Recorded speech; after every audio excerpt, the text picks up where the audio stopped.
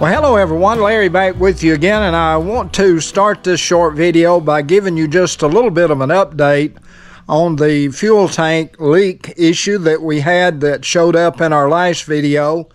If you'll recall, I took some tank repair material, some patching compound, and I attempted a patch on that leak. And the bottom line too, or as Paul Harvey used to say, the rest of the story is the patch did not work and the fuel tank is continuing to leak. You can see here in the background I've got it in a little bit of a slanted angle. The reason I've got it like this, if you'll recall, Jenny had suggested when it started leaking the other day, tilting it backwards since the tank was not full of fuel, and or tilting it in one direction away from the leak, and therefore being able to control the leak by not having any fuel over that area. So as it has continued to leak, I've basically just stored it in this position because I do not have enough containers to empty the tank, and so therefore I'm having to keep the fuel in it, and I can't keep it in a level position because the fuel would just gradually leak out. The second thing is the quality of the fuel that's in the tank. I don't know exactly what the quality of this fuel is. I do know that the fuel has aged. When I first pumped some out of it, I did have some particulate matter in the fuel. So I've got the filter back on here, as you can see. And if you'll notice closely, the fuel is not a good cherry color. I did earlier today pump some out, and let's see if we can get a view of what is in the cup. If you'll look closely, you'll see that it does have a good color to it. I don't think that I'm going to use this fuel in either one of my tractors, especially using it in the John Deere, just simply because I don't want to take a chance of the fuel doing any damage to the injectors or anything. But as far as today, what I'm going to be doing is I've got one more log of the original logs that failed during the storm some time ago, one small log, and we'll show you that in just a minute. Let you see if you can take a guess or an estimate on how much we could get out of that one small log. But that's what we're going to be doing, is sawing that last log out of all the original ones. I've still got some of the newer logs out there to be sawn, but I want to go ahead and get this last log sawn up, and that'll take care of the ones that are getting a little bit older and have some insect damage between the bark and the wood. So come on, thank you for joining us here on St. Nick's Farms today. I really do appreciate it. Be sure to give us a thumbs up if you like the video. Don't forget to subscribe to the channel. Let's go out here and get started. Here's the last of these older logs.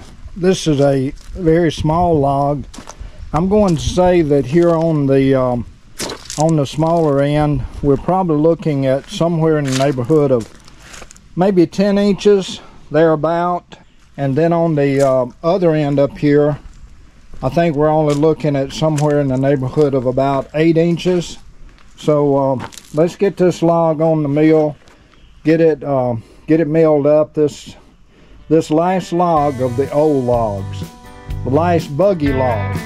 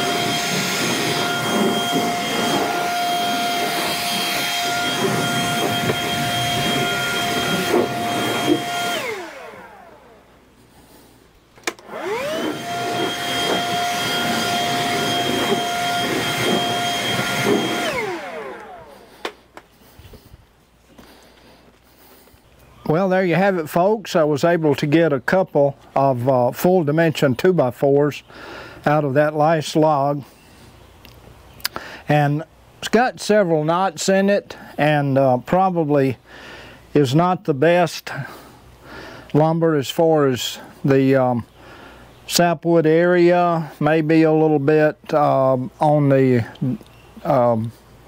rotting side. But anyway, I'll use these in places that I can on my building. Might use them for